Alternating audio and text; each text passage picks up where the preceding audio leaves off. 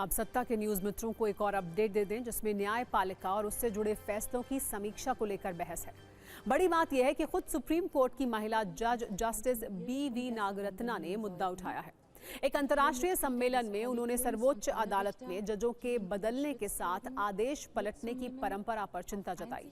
Justice Nagarathna ने कहा कि फैसलों को सिर्फ इसलिए खारिज नहीं किया जाना चाहिए क्योंकि उन्हें लिखने वाले जज बदल गए या पद छोड़ चुके हैं। हमारी न्याय व्यवस्था ये गारंटी देती है कि किसी न्यायाधीश का फैसला बदलते समय के साथ बरकरार रहेगा, क्योंकि ये फैसले स्याही से लिखे जाते हैं, रेत से नहीं। कानून और शासन में मौजूद सभी लोगों का दायित्व है कि वो फैसलों का सम्मान करें, जजमेंट से जुड़ी जरूरी चीजों पर ही आपत्तियां उठाएं। आगे उनका कहना था कि न्यायपालिका का कर्तव्य है कि वो कानून का शासन सुनिश्चित करें। न्यायपालिका की स्वतंत्रता फैसलों के अलावा जजों के आचरण से भी सुरक्षित रहती है। निष्पक्ष न्यायिक प्रणाली के लिए न्यायपालिका को राजनीति से अलग रखना जरूरी है।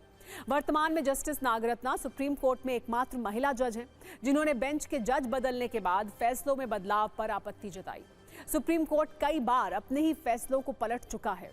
इसी साल मई में सर्वोच्च अदालत ने विकास कार्यों के लिए पर्यावरण मंजूरी को अनिवार्य बताया था, लेकिन 28 नवंबर को सीजेआई B.R. गवई की अध्यक्षता वाली बेंच ने उसे पलटते हुए प्रतिबंध को हटा दिया था। मई में ही सुप्रीम कोर्ट ने Bhushan power and steel limited को लिक्विडेट करने का आदेश देते हुए JSW स्टील की याचिका खारिज कर दी थी। लिक्विडेशन का मतलब कंपनी की संपत्ति बेचकर कर्ज चुकाया जाएगा, लेकिन सितंबर में अदालत ने JSW स्टील की 19,700 करोड़ के रेजोल्यूशन प्लान को मंजूरी दे दी। इस तरह यहां भी पुराना फैसला पलट गया।